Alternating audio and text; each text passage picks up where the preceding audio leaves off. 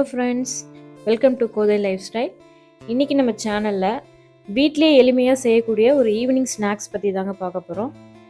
எங்கள் வீட்டு குட்டீஸ் எல்லாமே இன்றைக்கி ஏதாவது ஒரு ஸ்நாக்ஸ் கண்டிப்பாக செஞ்சு தரணும் அப்படின்னு சொன்னதுனால ஏதேதோ ஸ்நாக்ஸ் யோசித்து லாஸ்ட்டாக வந்து கட்லெட் செய்யலாம் அப்படின்ற ஒரு டெசிஷனுக்கு வந்தோம். ஸோ அப்போது எப்படி ஈஸியாக வீட்டிலையே ஹோம்மேட் ஸ்டைலில் எப்படி கட்லெட் செய்கிறது அப்படின்றது தான் இன்றைக்கி நம்ம வீடியோவில் காட்ட போகிறோம். ஸோ இந்த கட்லெட் நம்ம ரெடி பண்ணணும் அப்படின்னா அதுக்கு ஃபஸ்ட்டு நமக்கு என்ன தேவை அப்படின்னா பிரெட் க்ரம்ப் தாங்க ரொம்ப தேவை. ஸோ அது வந்து ரொம்ப ரொம்ப இம்பார்ட்டண்ட்டு. ஸோ அப்போ அது நாங்கள் வந்து வீட்டிலேயே எப்படி ரெடி பண்ணுறதுன்றதை காட்ட போகிறோம்.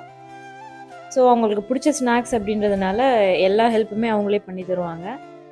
பிரெட் பேக்கெட் வந்து வெளியிலேருந்து அவரே வாங்கிட்டு வந்து கொடுக்குறாரு. ஸோ இப்போ அடுத்து இந்த பிரெட் பேக்கெட்ஸை ஓப்பன் பண்ணி ஸோ எல்லாத்தையும் சின்ன சின்ன பீசஸாக ஸ்லைஸ் பண்ணி அதை வந்து ஒரு மிக்ஸி ஜாரில் போட்டு வச்சுக்கலாம். ஜாரை மிக்சியில் போட்டு ஸோ அதை நல்லா உதிரியாக அதை வந்து கிரைண்ட் பண்ணி எடுத்துக்கோங்க. ஸோ கிரைண்ட் பண்ணி எடுத்த பிறகு மறுபடியும் இதை வந்து அடுப்பில் வச்சு நம்ம வந்து வாட்டி எடுக்கணும். ஸோ அந்த மாதிரி நம்ம எண்ணெய் வேறு எதுவுமே நம்ம அப்ளை பண்ண தேவையில்லை. ஸோ அதை அப்படியே எம்டியாக வச்சு வானலில் போட்டு நல்லா வறுத்து எடுத்துக்கோங்க. ஸோ வறுத்து எடுத்தீங்க அப்படின்னா இந்த மாதிரி உதிரியாக உங்களுக்கு வரும். ஸோ அவ்வளோதாங்க, இவ்வளோதான் பிரெட் க்ரம்ப்பு. அடுத்தது இப்போ உள்ளே வைக்கிற ஸ்டஃப் எப்படி ரெடி பண்ணுறதுன்றதை பார்க்க போகிறோம். ஸோ அதுக்கு ஃபஸ்ட்டு வந்து நம்ம என்னென்ன வெஜிடபிள்ஸ் எடுத்துக்கிறோம் அப்படின்னா ஃபஸ்ட்டு ஒரு 2 ஃபுல் சைஸ் கேரட் எடுத்துக்கோங்க. ஸோ அதையும் அவங்க தான் வந்து துருவி தந்துட்டுருக்காங்க. ஸோ ரெண்டாவதாக நமக்கு தேவைப்படுற இன்க்ரீடியன்ட்ஸ் பார்த்தோம் அப்படின்னா உருளைக்கிழங்கு தாங்க. ஸோ ஒரு 2 மீடியம் சைஸ் உருளைக்கிழங்கு எடுத்துக்கோங்க. ஸோ இதை இன்னொருத்தவங்க ரெடி பண்ணிகிட்டு இருக்காங்க. ஸோ அடுத்தது வேறு என்ன நாங்கள் இதில் ஆட் பண்ண போகிறோம் அப்படின்னா ஒரு 3 வெங்காயம், பெரிய வெங்காயம் எடுத்துக்கோங்க. பச்சை பட்டாணி ஆட் பண்ணுறதுன்னா ஆட் பண்ணிக்கலாம்.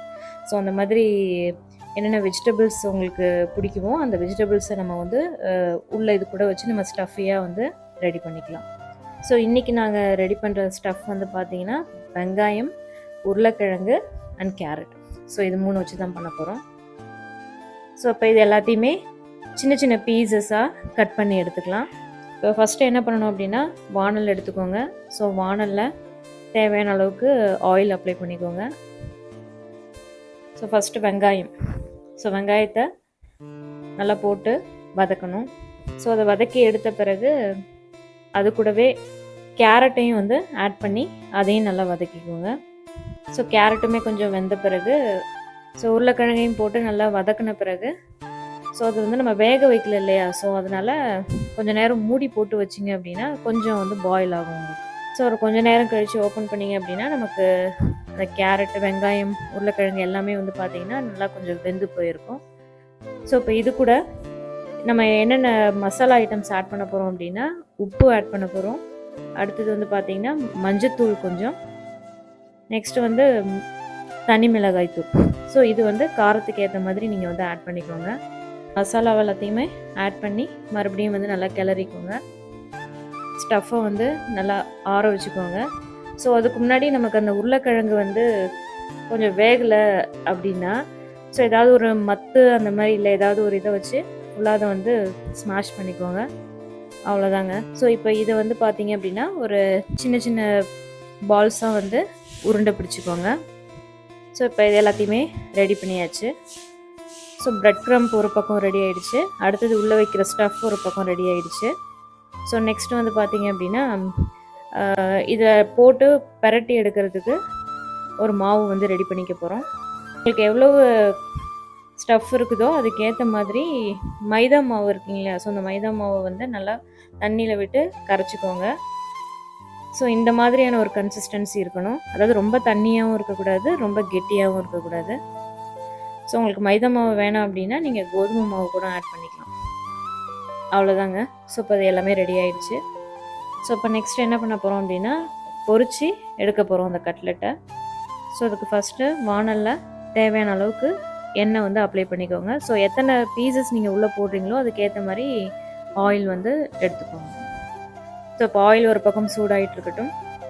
ஸோ இப்போ என்ன பண்ணணும் அப்படின்னா அந்த ஸ்டஃப்பை எடுத்து மைதா மாவில் டிப் பண்ணி எடுத்துக்கோங்க. நெக்ஸ்ட்டு அந்த டிப் பண்ணி எடுத்ததை பிரெட் க்ரம்ப் இருக்குல்லையே அதை பரட்டி எடுத்துக்கோங்க.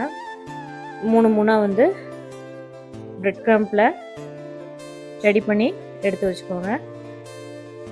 ஸோ இப்போ இதை எடுத்து எண்ணெயில் வந்து ஆட் பண்ணிக்கோங்க. ஸோ இது வந்து பார்த்திங்கன்னா ஒரு மீடியம் ஃப்ளேமில் வச்சுக்கிட்டா போதும். ரொம்ப அதிகமாகவும் இருக்கக்கூடாது, ரொம்ப லோ ஃப்ளேம்லேயும் இருக்கக்கூடாது. ஒரு மீடியம் ஃப்ளேமில் வச்சுட்டு இப்போ இதை வந்து நம்ம பொரிச்சு எடுக்கிறோம். ஸோ லைட்டாக நமக்கு ஒரு கோல்டன் கலர் வந்த உடனே அப்படியே பரட்டி எடுத்துக்கோங்க. ஸோ இதே மாதிரி பரட்டி எடுத்திங்கன்னா ஒரு லைட் ப்ரௌனிஷ் கலர் வரும்போது அதை அப்படியே எடுத்து தட்டில் வந்து சர்வ் பண்ணிக்கலாம். அவ்வளோதாங்க, ஈஸியாக சிம்பிளாக வீட்டிலேயே நம்ம அந்த கட்லெட்டை வந்து ரெடி பண்ணிக்கலாம். ரொம்ப ரொம்ப சிம்பிளான மெத்தட் தான் இது. அவ்வளோதாங்க, சூப்பரான கட்லெட் வந்து ரெடி ஆயிடுச்சு. ஸோ இதை இப்போ ஓப்பன் பண்ணி பாருங்கள். ஸோ ஓப்பன் பண்ணி பார்த்தீங்க அப்படின்னா அந்த உள்ளே அந்த ஸ்டஃப் வந்து நல்லா வெந்து போயிருக்கும் உங்களுக்கு. ஸோ டேஸ்ட்டு செம்மையாக இருக்கும். உங்களுக்கு பிடிச்சிருந்ததுன்னா நீங்களும் வீட்டில் ட்ரை பண்ணி பாருங்கள். இந்த வீடியோ உங்களுக்கு பிடிச்சிருந்ததுன்னா லைக் பண்ணுங்கள், கமெண்ட் பண்ணுங்கள், ஷேர் பண்ணுங்கள் அண்ட் மறக்காமல் நம்ம சேனலுக்கு சப்ஸ்கிரைப் பண்ணுங்கள். மறுபடியும் இன்னொரு வீடியோவில் சந்திப்போம்.